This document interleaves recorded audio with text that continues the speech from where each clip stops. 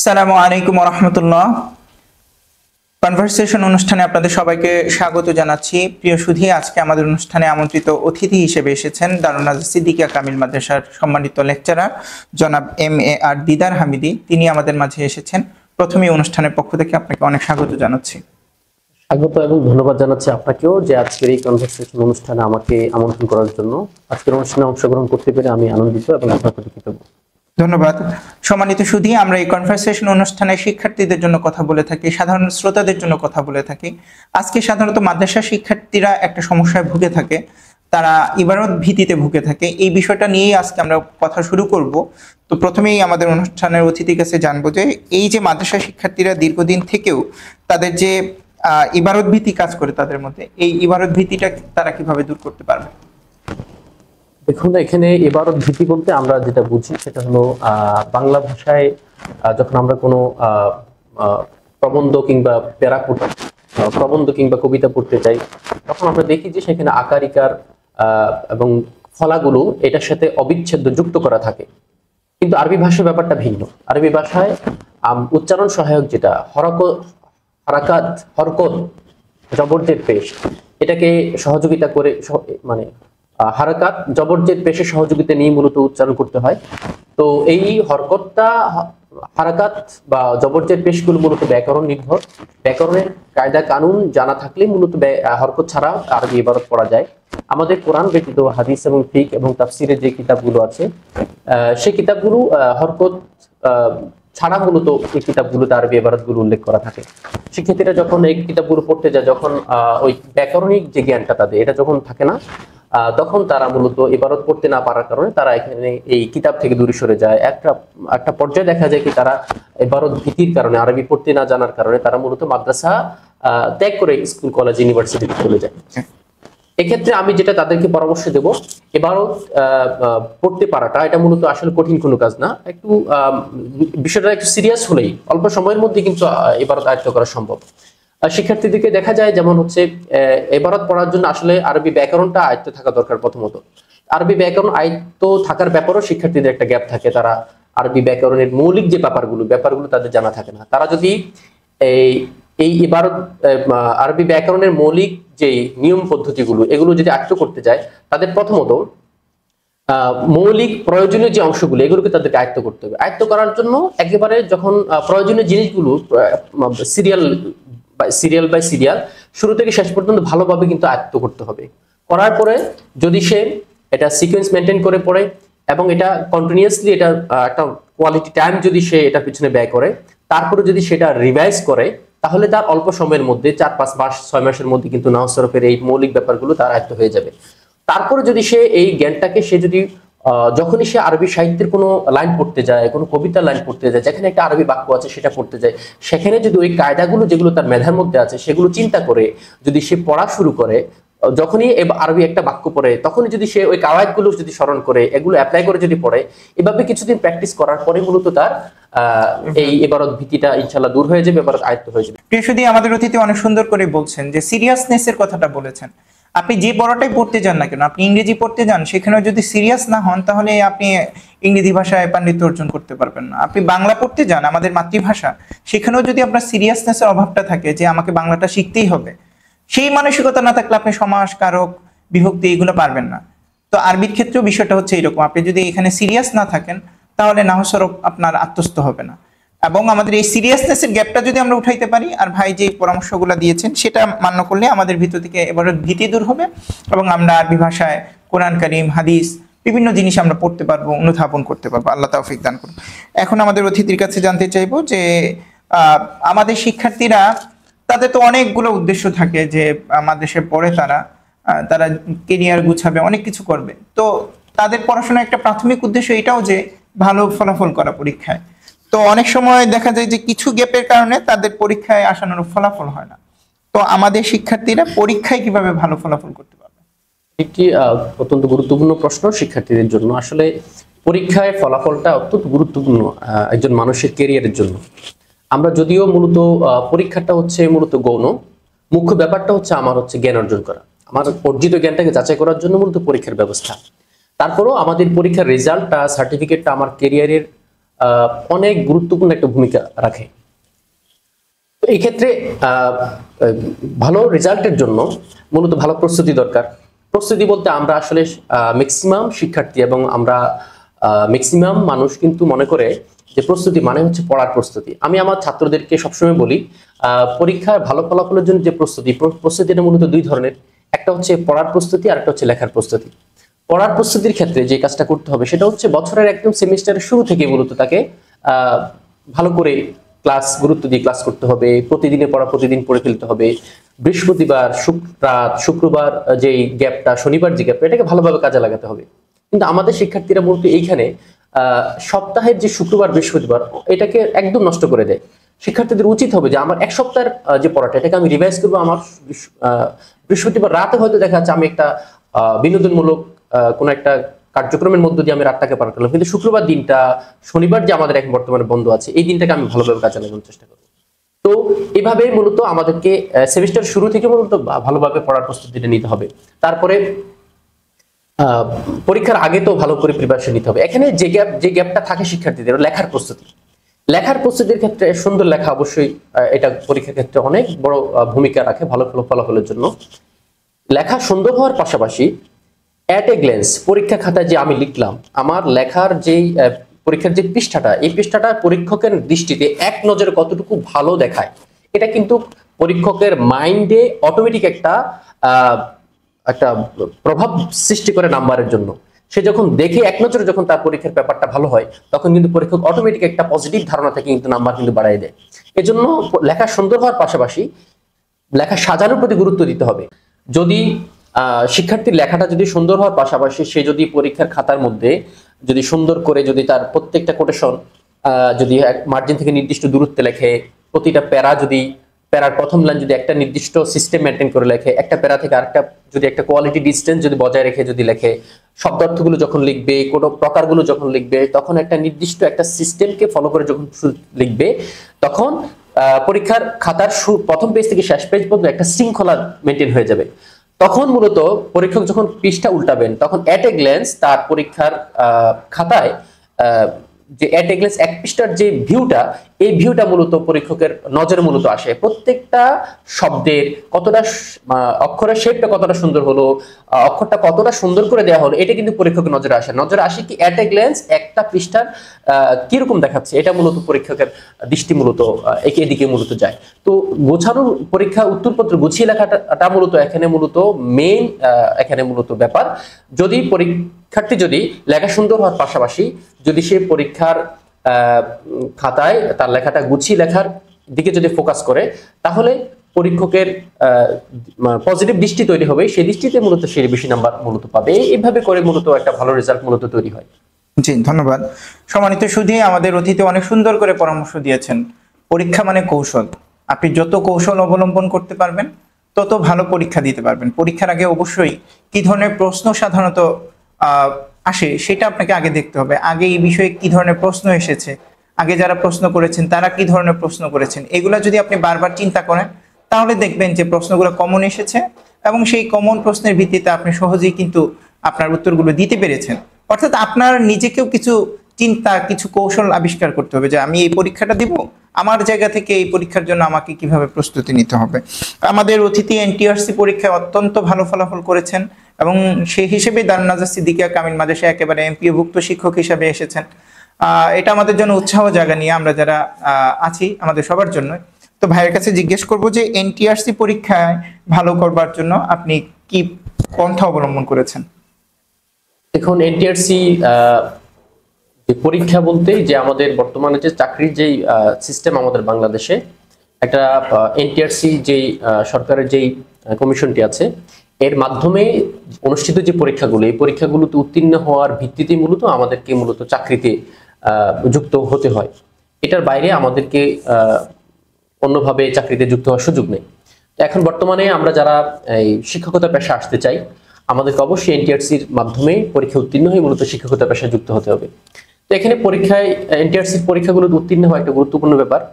তো এই এনটিআরসির পরীক্ষাগুলোতে উত্তীর্ণ হতে হলে আগে এনটিআরসিতে আমি যে বিষয়ে আমি পরীক্ষা দিতে চাই বা যেই বিষয়ে আমি শিক্ষক হতে চাই, ওই বিষয়ের যে সিলেবাসটা আগে তাকে ভালো করে বুঝতে হবে, এবং এর যে মানবন্টনটা মূলত তাকে আগে ভালো করে এটা মাথায় নিতে হবে। যখন আমরা এই সিলেবাসটা পর্যালোচনা করব, এখনো পর্যন্ত এনটিআরসির যে প্রিলি পরীক্ষা, কয়েকটা ধাপ আছে, প্রিলি, তারপর রিটেন পরীক্ষা, তারপর হচ্ছে ভাইবা পরীক্ষা। প্রথমে প্রিলিটা মূলত উত্তীর্ণ হতে হবে।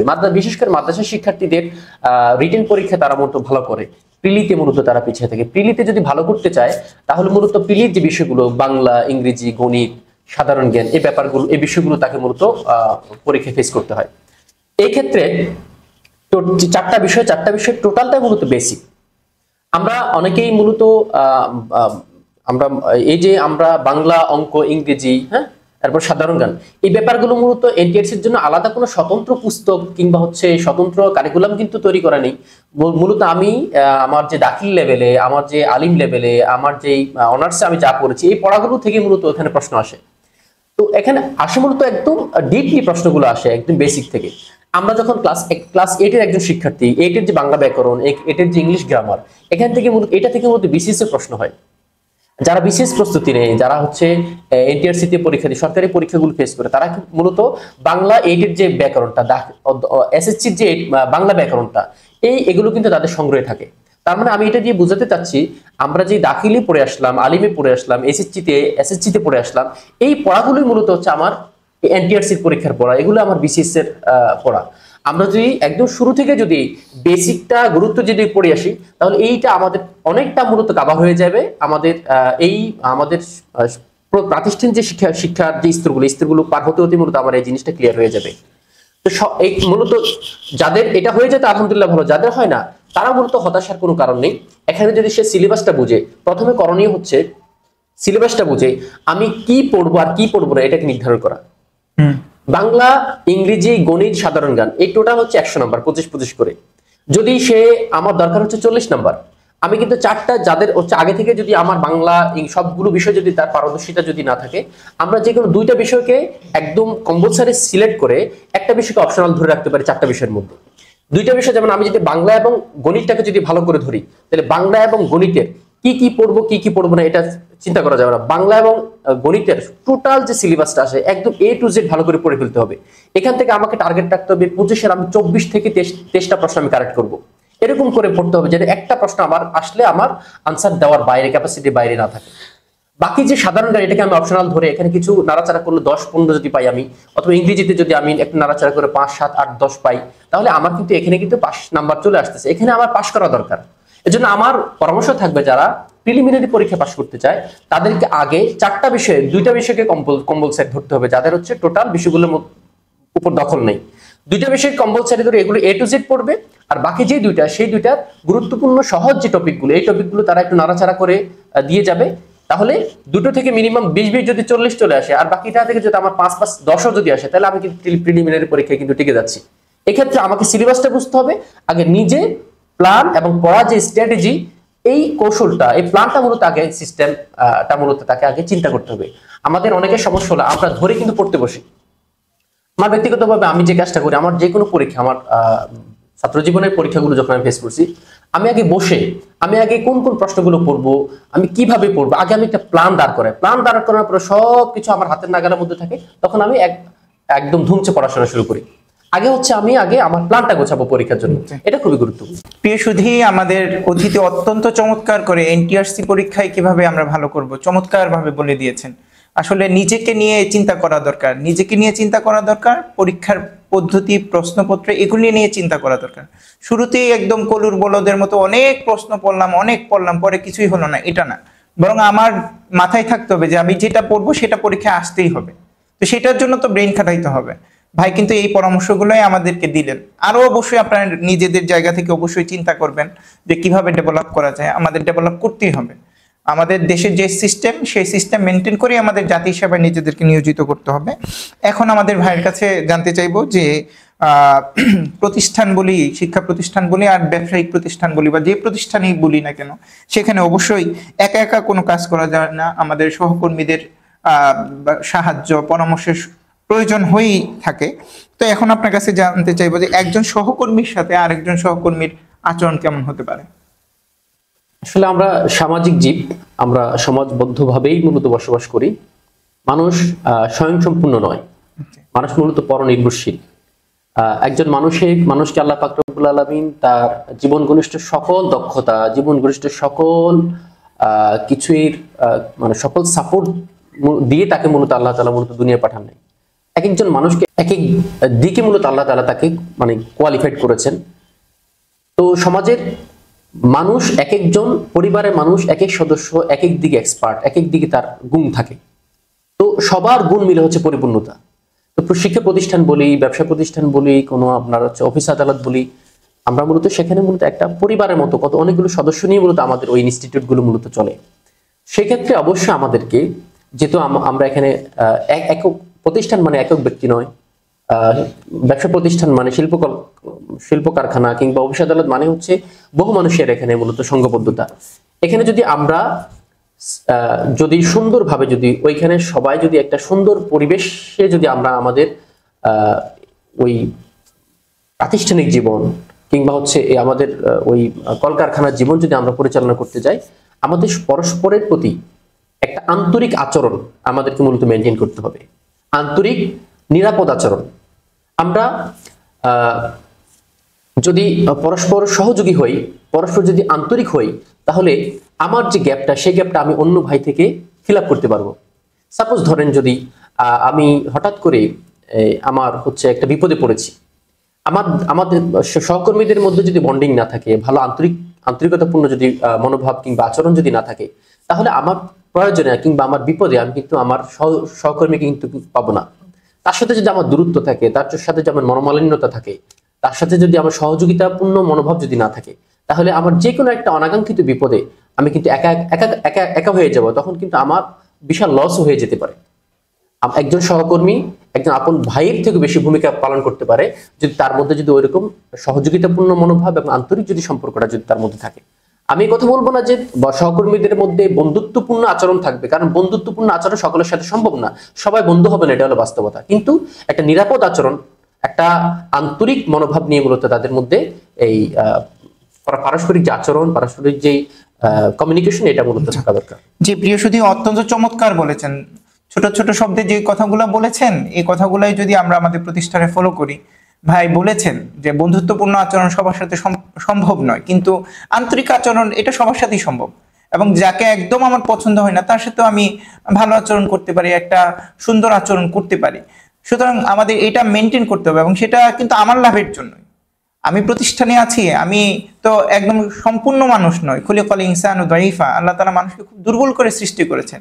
আমরা যতই যোগ্য হই না কেন, এই সমস্ত যোগ্যতার মধ্যেও আমাদের কিন্তু অনেক অযোগ্যতা, অপারগতা, সীমাবদ্ধতা আছে। সুতরাং সেগুলো নিয়ে আমাদের চলতে হয়। সুতরাং আমাদের প্রয়োজনই আমাদের সহকর্মীদের সাথে আমাদের ভালো আচরণ করতে হবে। নিজেরা চিন্তা করব যে কার মন কিভাবে আমরা জয় করব। একটু যদি চিন্তা করি তাহলে অবশ্যই সেই সুন্দর আচরণগুলো আবার অনেক বড় হয়ে আমাদের জীবনে ফিরে আসবে। ভাইয়ের কাছে জানতে চাইবো, আমরা শিক্ষা প্রতিষ্ঠানে আছি, শিক্ষার্থীদের সাথে সার্বক্ষণিকভাবে আমাদের চলতে হয়। শিক্ষার্থীরা আমাদের সাথে চলে, আমরা শিক্ষার্থীদের সাথে চলি। শিক্ষার্থীদের সাথে শিক্ষকদের আচরণটা কেমন হওয়া উচিত বলে মনে করেন? শিক্ষার্থীদের সাথে শিক্ষকের আচরণটা এখানে অবশ্যই একটা গুরুত্বপূর্ণ ব্যাপার।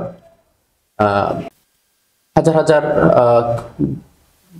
কিলোমিটার দূর থেকে, শত শত মাইল থেকে মূলত অথবা এক দেশ থেকে অন্য দেশে শিক্ষার জন্য বাবা মারা সন্তানদেরকে পাঠিয়ে দেয়।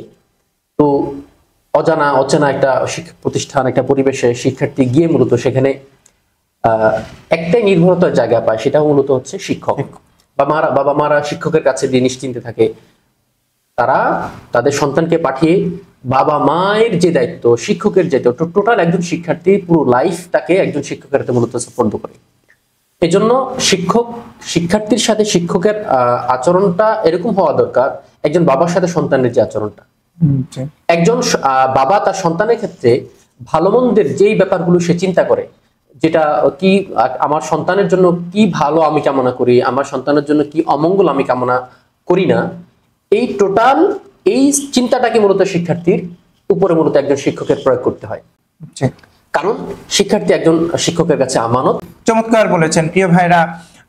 আসলে বাবার ভূমিকা অবতীর্ণ হতে হয় একজন শিক্ষককে, এবং একজন শিক্ষককে পর্যাপ্ত টাইম বের করা উচিত। আসলে আমরা কর্মব্যস্ত জীবনে তো অনেক ব্যস্ত হয়ে পড়ি, অনেক ব্যস্ততা আমাদের ঘিরে রাখে, এটা ঠিক আছে, কিন্তু তারপরও আমরা যদি আগের যুগে শিক্ষকদের কথা কল্পনা করি, যেই শিক্ষকেরা শিক্ষক হিসাবে আমাদের সমাজে এখনো অনেক শ্রদ্ধেয়, এখনো অনেক অনুসরণীয়, তারা কিন্তু শিক্ষার্থীদেরকে পর্যাপ্ত সময় দিয়েছেন। হাজার ব্যস্ততা থাকবে, পরিবার থাকবে, সমাজ থাকবে, আমার আরো কাজবাজ থাকবে, কিন্তু আমার শিক্ষার্থীকে প্রচুর সময় দিতে হবে। ভাই বাবার কথা বলেছেন, বাবাও যদি সন্তানকে এনাফ টাইম না দেয়, তাহলে কিন্তু বাবা ছেলের মধ্যে একটা সম্পর্কের টানাপোড়েন সৃষ্টি হয়। আমাদের মনে হয় পর্যাপ্ত সময় দেওয়া দরকার। যদি আমরা শিক্ষকরা শিক্ষার্থীদেরকে সময়টা দিতে পারি, তাদেরকে নিয়ে ভাবতে পারি, তাদেরকে নিয়ে চিন্তা করি কার কি আচরণ, কাকে কিভাবে ঔষধ দেওয়া লাগবে, কাকে কিভাবে ট্রিটমেন্ট করা লাগবে, এটা চিন্তা করলে আস্তে আস্তে ধীরে ধীরে শিক্ষার্থীদের সাথে শিক্ষকদের আচরণটা অনেক চমৎকার হয়ে উঠবে বলে আমরা বিশ্বাস করতে চাই। এখন আপনার কাছে জানতে চাইবো যে ভাই, শিক্ষকের সাথেও শিক্ষার্থীরা আসে অনেক দূর থেকে, এটা ঠিক আছে, কিন্তু এই শিক্ষক জীবনে এসে মাঝে মাঝে হতাশ হয়ে যেতে হয়, যে শিক্ষার্থীদের থেকে আমরা যেটা আশা করি না, যে আমরা এত ত্যাগ করে এত কিছু করে আমরা কাজ করছি, কিন্তু আশানুরূপ অনেক সময় আচরণ পাওয়া যায় না। সেক্ষেত্রে আপনি শিক্ষার্থীদেরকে কি পরামর্শ রাখবেন, তাদের আচরণটা কেমন হওয়া উচিত? মূলত আসলে এখানে মানে কোঅপারেশন লাগবে। এক পেশে যদি মানে সম্পর্কের কথা বলি তাহলে হবে না। এই শিক্ষকের ছাত্রের প্রতি শিক্ষকের যে আচরণ, এখানে যে ব্যাপারটা ঠিক শিক্ষকের প্রতি ছাত্রের যে আচরণ, এখানেও কিন্তু শিক্ষার্থীর অনেক দায়িত্ব এবং মানার ব্যাপার আছে। শিক্ষক যদি ছাত্রকে যদি সন্তানের মতো দেখে, তাহলে ছাত্র অবশ্যই শিক্ষককে বাবার মতো দেখবে। আসলে বাবা মা মানুষ হিসেবে সারা পৃথিবীর সকল বাবা মা এক এক রকম, কিন্তু পৃথিবীর সকল বাবা মা হিসেবে একরকম। রাসূলুল্লাহ সাল্লাল্লাহু আলাইহি ওয়াসাল্লাম বাবা মায়ের যে হকের কথা বলেছেন, বাবা মায়ের প্রতি সন্তানের যে দায়িত্ব কর্তব্যের কথা বলেছেন, সেখানে বাবা মাকে যেভাবে মূল্যায়ন করেছেন, তাহলে সেখানে কিন্তু মানবীয় কোনো দিককে বিবেচনা করে সেখানে কিন্তু বাবা মায়ের মধ্যে পার্থক্য করেননি। পৃথিবীর সকল মানুষ, সে মূর্খ হোক, সে হচ্ছে এক অনৈতিক হোক, সে চোর হোক, ডাকাত হোক, বাবা মা হিসেবে পৃথিবীর একজন আল্লাহর ওলি যে বাবা এবং একজন চোর যে বাবা, মানবীয় দৃষ্টিকোণ থেকে, চারিত্রিক দৃষ্টিকোণ থেকে, ইবাদতের দৃষ্টিকোণ থেকে তার দুইজনের মধ্যে পার্থক্য, কিন্তু বাবা হিসেবে একজন চোরও বাবা, একজন আল্লাহর ওলি সেও কিন্তু বাবা, দুজনে কিন্তু মর্যাদা বাবা হিসেবে সমান। ঠিক সেম ভাবে একজন সন্তান যখন বাবা মায়ের মধ্যে মানবীয় যে দিকগুলো, এই দিকগুলোকে কেন্দ্র করে সে বাবা মার মধ্যে পার্থক্য করে না, বাবা হিসেবে সমানভাবে মাকে মা হিসেবে সমানভাবে যেমন মূল্যায়ন করে, সে মানবীয় দিককে কেন্দ্র করে বাবা মাকে বাবা মার জায়গা থেকে সে নামায় আনে না। বাবা মার ক্ষেত্রে যেরকম সেখানে তাদের বিচার করা, বিশ্লেষণ করা, তাদের মানে বাবা মায়ের যে জায়গাটা, সেই জায়গা নিয়ে প্রশ্ন তোলে না। একজন শিক্ষক, একজন ছাত্র শিক্ষক হিসেবে সারা পৃথিবীর সমস্ত শিক্ষক, তার যোগ্যতা কম হতে পারে, সে মানবিক দিক থেকে বিভিন্ন রকম হতে পারে, কিন্তু শিক্ষক হিসেবে পৃথিবীর সকল শিক্ষকের মর্যাদা সমান। আমাদের অতিথি অত্যন্ত চমৎকার করে বলেছেন যে শিক্ষককে শিক্ষকের জায়গায় রাখতে হবে। আমি একটা কথা সবসময় বলে থাকি, হাজারো ইস্যু আছে যে ইস্যুগুলো নিয়ে শিক্ষার্থীরা কথা বলতে পারে, কিন্তু ওই যে প্রতিষ্ঠানের চৌহদ্দিতে যে 10-12 জন 14-15 জন শিক্ষক থাকে, তাদের বিষয়টা এড়িয়ে গেলেই কি হয়? আপনার কথা বলতে ইচ্ছে করছে, ডিবেট করতে ইচ্ছে হচ্ছে, বিতর্ক করতে ইচ্ছে হচ্ছে, আপনি অন্যদের সাথে বিতর্ক করেন, অন্যদের নিয়ে কথা বলেন, শিক্ষকদেরকে শিক্ষকের জায়গায় রাখেন, এটা একটা কথা হতে পারে। তারপরও মানবিক ভুল ত্রুটি তো আমরা যারা শিক্ষক আছি আমাদেরও হতে পারে, কৌশল করে, প্রজ্ঞার সাথে, বিনয়ের সাথে এবং চমৎকার করেও কিন্তু আমাদেরকে সংশোধন করা যেতে পারে, এটা দোষের কিছু না। সেক্ষেত্রে হিকমা আমাদের অবলম্বন করতে হবে। যদি এভাবে শিক্ষকের প্রতি শ্রদ্ধা এবং ভালোবাসা রেখে, শিক্ষক যেমন স্নেহ এবং মমতা রেখেই শিক্ষার্থীকে প্রতিপালনের চেষ্টা করবেন, শিক্ষার্থীও শ্রদ্ধা এবং ভালোবাসা এবং হিতাকাঙ্ক্ষী মনোভাব নিয়ে শিক্ষককে যদি শুধরাতে চেষ্টা করে কৌশলের মাধ্যমে, সেটাও দোষের হতে পারে বলে আমি মনে করি না। প্রিয় সুধী, আমরা অনুষ্ঠানে একবারে শেষ পর্যায়ে চলে এসেছি। একটা কমন প্রশ্ন রাখি আমি এই অনুষ্ঠানে আমাদের অতিথিদের উদ্দেশ্যে, সেটা হচ্ছে যে মুহতারাম প্রিন্সিপাল হুজুরের সাথে আমাদের অতিথিদের কি স্মৃতি থাকে, সেটা আমার খুব জানার ইচ্ছা থাকে। আমাদের অতিথির সাথেও প্রিন্সিপাল হুজুরের একটা চমৎকার সম্পর্ক আছে। আমাদের প্রিন্সিপাল হুজুর অতিথিকে অনেক স্নেহ করে, অনেক পছন্দ করে। জানবো হুজুরের সাথে আপনার সেরা স্মৃতি কি আছে? যে এই প্রশ্নটি আমারও আসলে এই প্রশ্নের সাথে আমার আবেগ জড়িত। আসলে এটা বর্ণনা করা আসলে কঠিন আমার কাছে মনে হচ্ছে, কারণ প্রিন্সিপাল হুজুর আমাদের আসলে একদম হৃদয়ে বাস করে। বিশেষ করে আমার ছাত্র জীবন থেকে আমি হুজুরকে আমার অন্তরে লালন করি। হুজুরের কাছে আমার যাওয়া আসা হয় কম। আমি ছাত্র জীবন থেকেই প্রয়োজনে হুজুরের কাছে যাই। একেবারেই প্রয়োজন না হলে আসলে যাওয়া হয় না। এটা আসলে আমার একটা ব্যক্তিগত চিন্তা থেকে। আমাকে হুজুরে অনেক ভালো মনে করে, আমাকে হুজুরে অনেক মেধাবী মনে করে। কিন্তু আমি নিজে জানি আসলে আমি হুজুরের যেরকম করে আমাকে মনে করে আমি ওরকম না। আমি হুজুর কাছে কম যাই আসলে এই কারণে যে আমার যে মেধার দুর্বলতা এটা যেন হুজুরের কাছে প্রকাশ না পেয়ে যায়। আমার যে চারিত্রিক আহ যে ত্রুটি সেগুলো যেন কোনো আচার আচরণের জন্য হুজুরের কাছে প্রকাশ নিয়ে পেয়ে যায়। আমার কোনো ভুল উচ্চারণ যেন হুজুরের কাছে হুজুরের সামনে বের না হয়ে যায়। আমি এই জিনিসগুলোকে মূলত মাথায় আমার বেশি কাজ করে যখন আমি হুজুরকে চিন্তা করি। সেখান থেকে মূলত মাঝে মধ্যে কিছু কৃত্রিমতা ভর করে আমার উপরে, যে হুজুর কাছে একটু যদি কথা বলি তাহলে হুজুর হয়তো আমাকে একটু ভালো জানবে, বা অমুক কাজটা যদি করে হুজুর কাছে আমি যদি বলি তাহলে হুজুর আমাকে ভালো জানবে। যখন আমি দেখি যে আমার কোনো কৃত্রিম কোনো কারণে আমি হুজুর কাছে যেতে চাই তখন আমি হুজুর কাছে যাওয়া বন্ধ করে দিই। এই নানান কারণে মূলত আমি হুজুর কাছে আসলে আমার যাওয়া হয় না। তবে হুজুর যখনই আমি দারুণাজাতে আমার পদচারণা হয়েছে, দারুণাজাতে শুরু থেকে এখন পর্যন্ত হুজুর আমার হৃদয়ে বাস করে। হুজুরকে আমি চাই হচ্ছে সবাই তো ভালোবাসা প্রকাশ করে, কিন্তু আমি চাই হচ্ছে পিছন থেকে বা হচ্ছে নিবৃত্তে হুজুরকে ভালোবেসে যেতে চাই। এইটা আমার কখনো হয়তো হুজুরকে আমি ওইভাবে বলতে পারিনি কিংবা আমার আচরণ সেটা প্রকাশ করতে পারিনি, কিন্তু আমার হৃদয়টা আসলে হুজুরের ভালোবাসা দিয়ে ভরপুর। এটা আমাদের প্রিন্সিপাল হুজুরের আমার প্রতি যে হুজুরের যে ভালোবাসা, এই ভালোবাসার দায়বদ্ধতা থেকে হুজুর আমার বিয়ের অনুষ্ঠানে গেছেন। অনেক শিক্ষার্থী আছে যাদের বিয়ের অনুষ্ঠানে হুজুরে যেতে যাননি কিংবা হচ্ছে যাওয়ার মানে সুযোগ হয়নি, কিন্তু আমার বিয়ের অনুষ্ঠানে হুজুর গেছেন। হুজুর একদিন আমাকে বলেছেন যে তোমার বিয়ের অনুষ্ঠানে গিয়েছি, হ্যাঁ, এটা নিয়ে একটু হুজুরের স্মৃতিচারণ করলেন।